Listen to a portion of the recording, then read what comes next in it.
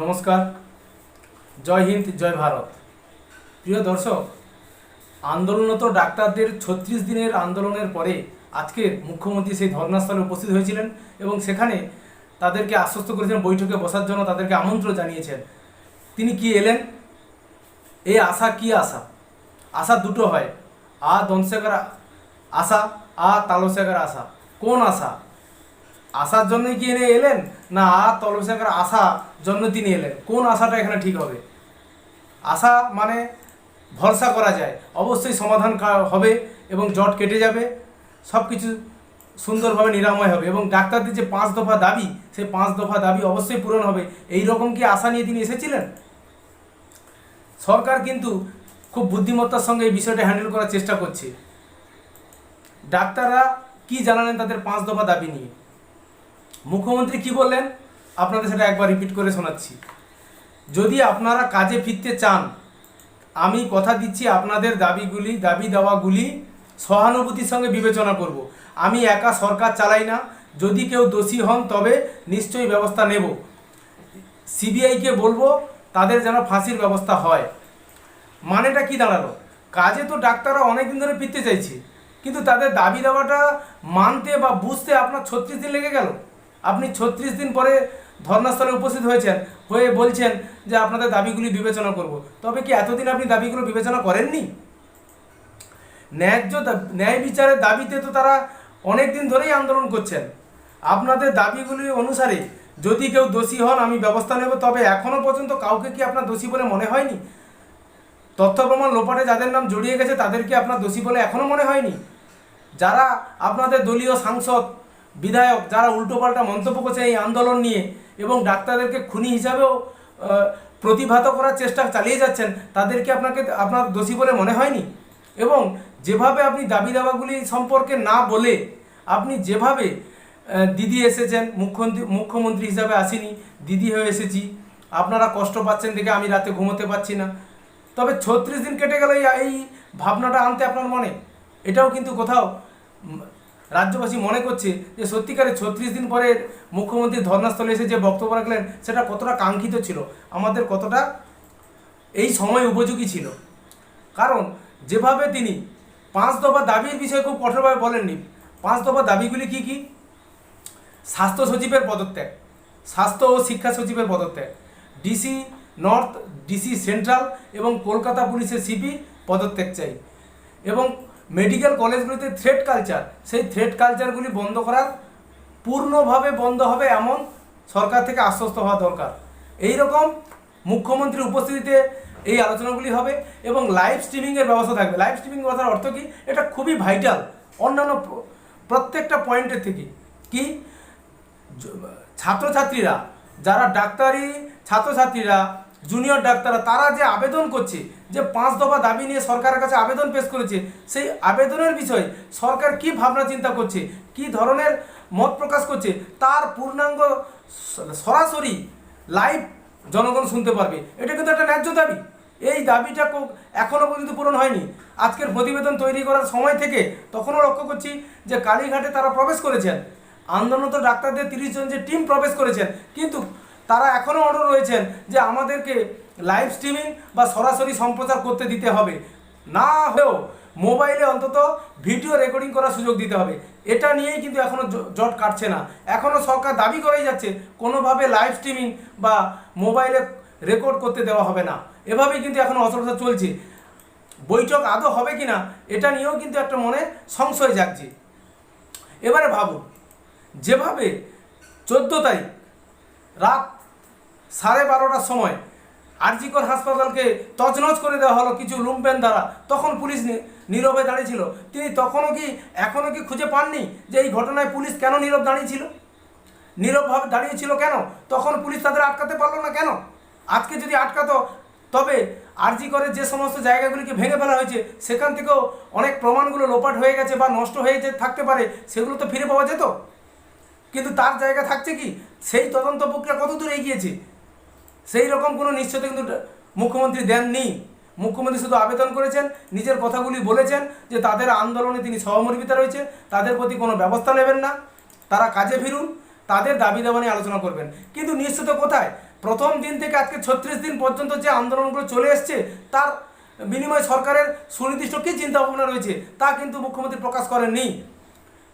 এবারে ডাক্তাররা যেটা মনে করছে যে এটা শুধু আন্দোলনরত জুনিয়র ডাক্তারদের আন্দোলন নয়, এই আন্দোলনে সিনিয়র ডাক্তারদের একটা সমর্থন রয়েছে, রাজ্যবাসীর পূর্ণাঙ্গ সমর্থন রয়েছে।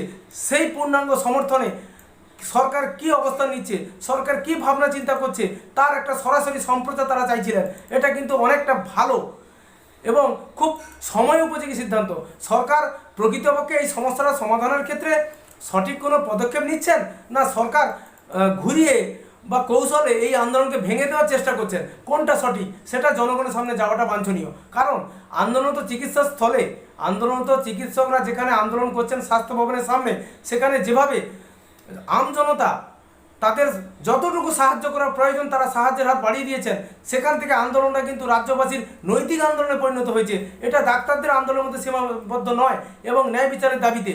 তিনি কি মুখ্যমন্ত্রী আজকে যে বার্তা দিয়েছেন সেখানে কি কোনোভাবে প্রকাশ পেয়েছে যে অভয়ের যে মা এবং বাবা যাদের সন্তান হারিয়ে আজকে তারা শোকে আচ্ছন্ন, তাদের শোকে কিছুটা মলম দিয়েছে বা কতটা আশ্বস্ত করতে পেরেছে তা কিন্তু আমরা দেখতে পেয়েছি কি? আমরা কিন্তু পাইনি।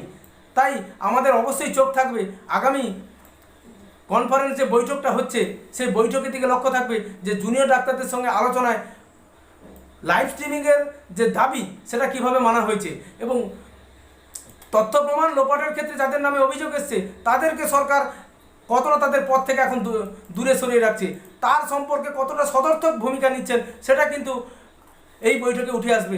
যদি বৈঠকটা হয়, যদি এখনও বলছি, কারণ সরকার যদি লাইভ স্ট্রিমিং, কারণ আন্দোলনরত ডাক্তাররা এখনও বলছেন লাইভ স্ট্রিমিংটা মাস্ট, লাইভ স্ট্রিমিং এবং আমাদের যে 5 দফা দাবি, সেই 5 দফা দাবিগুলি যদি না পূরণ হয় সেক্ষেত্রে কিন্তু আন্দোলন আরও বৃহত্তর জায়গায় যেতে পারে।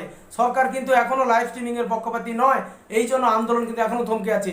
যেখানে সন্ধ্যা 6টায় আন্দোলন বৈঠক হওয়ার কথা ছিল সেখানে এখনও পর্যন্ত প্রায় 8টার কাছাকাছি এখানে কিন্তু এখনও আন্দোলন বৈঠক কিন্তু হয়নি, বৈঠক কিন্তু স্টেভাবে দাঁড়িয়ে রয়েছে। তাই আমাদের রাজ্যবাসীর মতো আমাদেরও ভাবনা যে সত্যিকারের বৈঠক ফলপ্রসূ হবে তো, বৈঠকের বিষয়ে সরকারের কতটা সদর্থক ভাবনা রয়েছে, সরকার কতটা ভাববে এই বিষয়ে, সেটা কিন্তু এখনও সন্দিহান রয়েছি। কারণ মুখ্যমন্ত্রী যে কথাগুলি বলেছেন, তিনি যেভাবে বলেছেন যে আমি কাউকে চিনি না, যারা পদে এসছে তারা বিভিন্ন কাজের মারফতে এসছেন, তিনি কি চেনেন না? তিনি একই দিকে তো স্বাস্থ্যমন্ত্রী, তিনি তো পুলিশ মন্ত্রী, তিনি তো ব্যবস্থা নিতে পারেন। তিনি অথচ ওই সভাস্থলে ওই আন্দোলনরত জায়গায় বলছেন যে আমি একা সরকার চালাই না, সরকার কিন্তু অনেকের সঙ্গে আলোচনা করে চালাতে হয়। তিনি তো পুলিশ মন্ত্রী, তিনি স্বাস্থ্যমন্ত্রী, তিনি মুখ্যমন্ত্রী, তিনি তো সুপ্রিম পাওয়ারে আছেন, তিনি রাজ্যের অভিভাবক হিসেবে রয়েছেন, তিনি তো সিদ্ধান্ত নিতে পারেন। তিনি তো এই সিদ্ধান্তও নিতে পারেন যে সিপিকে পদত্যাগ করতে বলে দেওয়া হোক, ডিসি নর্থ, ডিসি সেন্ট্রাল এবং স্বাস্থ্য সচিব, শিক্ষা সচিবকে পদত্যাগ করিয়ে তিনি তো রাজ্যবাসীকে আশ্বস্ত করতে পারেন, আন্দোলনরত জুনিয়র ডাক্তারদেরকেও আশ্বস্ত করতে পারেন যে হ্যাঁ আমি একটা ইতিবাচক পদক্ষেপ নিয়েছি, যে পদক্ষেপের মাধ্যমে আগামীতে সিবিআইকে কলকাতা পুলিশের পক্ষ থেকে যথাযথ সহযোগিতা করা হবে, যে বা যারা জড়িত তাদেরকে কঠোরভাবে শাস্তি দেওয়া হবে। আমাকে একটা ডেডলাইন সময় তৈরি নিতে পারেন, তিনি কি নিয়েছেন সময়? তিনি কিন্তু নেননি। কারণ এখানে কিন্তু ডাল মে কুচ কালা হ্যাঁ বলে মনে হয়, কারণ সরকার আন্দোলনকে ভাঙতে চাইছে, আন্দোলনে ইচ্ছা করলেও বল প্রয়োগ করতে পারছে না।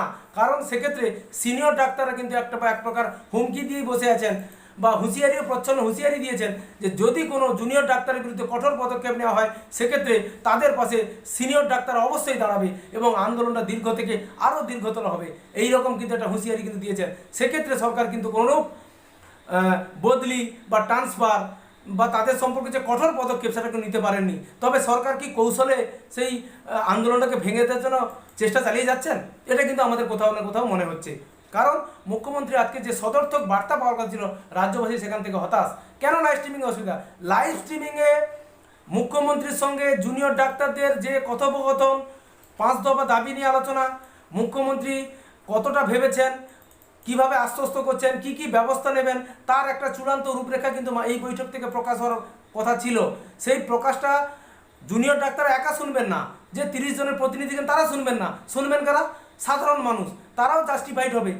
যদি মুখ্যমন্ত্রীর বক্তব্যে আজকের এই বৈঠকে যদি কোনো সদর্থক ভূমিকা আসে, সেই ভূমিকা কিন্তু রাজ্যবাসীও শুনবেন, জুনিয়র ডাক্তারও শুনবেন, সকল মানুষ শুনবেন। এবং যাদের সন্তান খালি হয়েছে, যাদের সন্তানকে চলে যেতে যে হয়েছে, তারাও কিন্তু একটা উপলব্ধি করবেন যে হ্যাঁ, আজকে যে ন্যায় বিচারের দাবিতে, আমার মেয়ের মৃত্যুর পরে যে ন্যায় বিচারের দাবিতে আন্দোলন হয়েছে, সেই আন্দোলনে একটা সদর্থক ভূমিকা হয়েছে বা সদর্থক প্রক্রিয়া হয়েছে। তার জন্যই কিন্তু লাইভ স্ট্রিমিংয়ের বা সরাসরি সম্প্রচারে একটা আবেদন জানানো হয়েছে।